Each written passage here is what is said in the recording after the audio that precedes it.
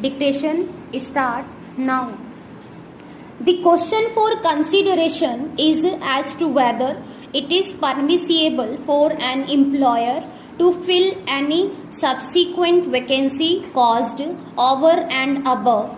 the number of vacancies advertised, and in case the number of vacancies advertised stand filled, whether the selection process comes to an end and stands exhausted.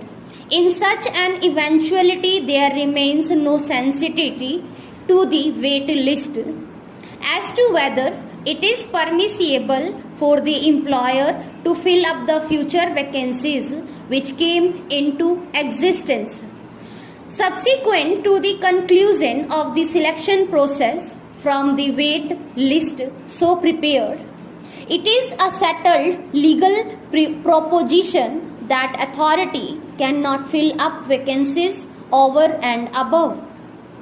the number of vacancies advertised, as it would amount to filling up the vacancies which have occurred in future, and that would be violative of the fundamental rights of the candidates who become eligible subsequent to the advertisement, as held by the Honorable Supreme Court in Union of India and versus Ishwar Chandra. The Honorable Supreme Court quashed the appointments made over and above the vacancies advertised, holding that such an action was neither permissible nor desirable for the reason that it would amount to improper exercise of power, and only in a rare and exceptional circumstances and in emergent situation. This rule can be deviated from, and it can be done only after adopting policy decision based on some rationale, as the authority cannot fill up more posts than advertised as a matter of course. The court further held that selected candidates have right to appointment only against vacancies notified, and that too during the life of the select list, as the panel of selected candidates cannot be valid for an indefinite period.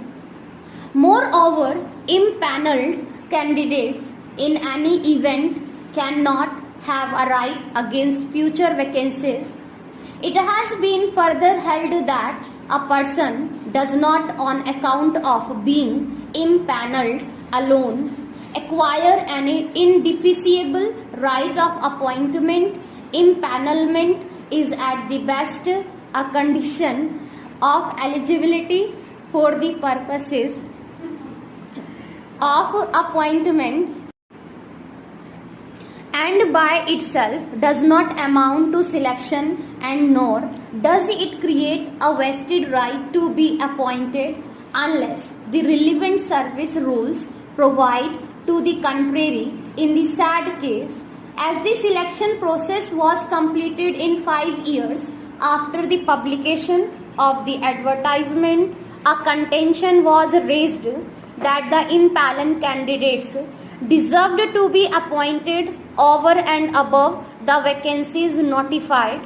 The Honorable Supreme Court rejected the contention, observing that it may not be justified, as offering the post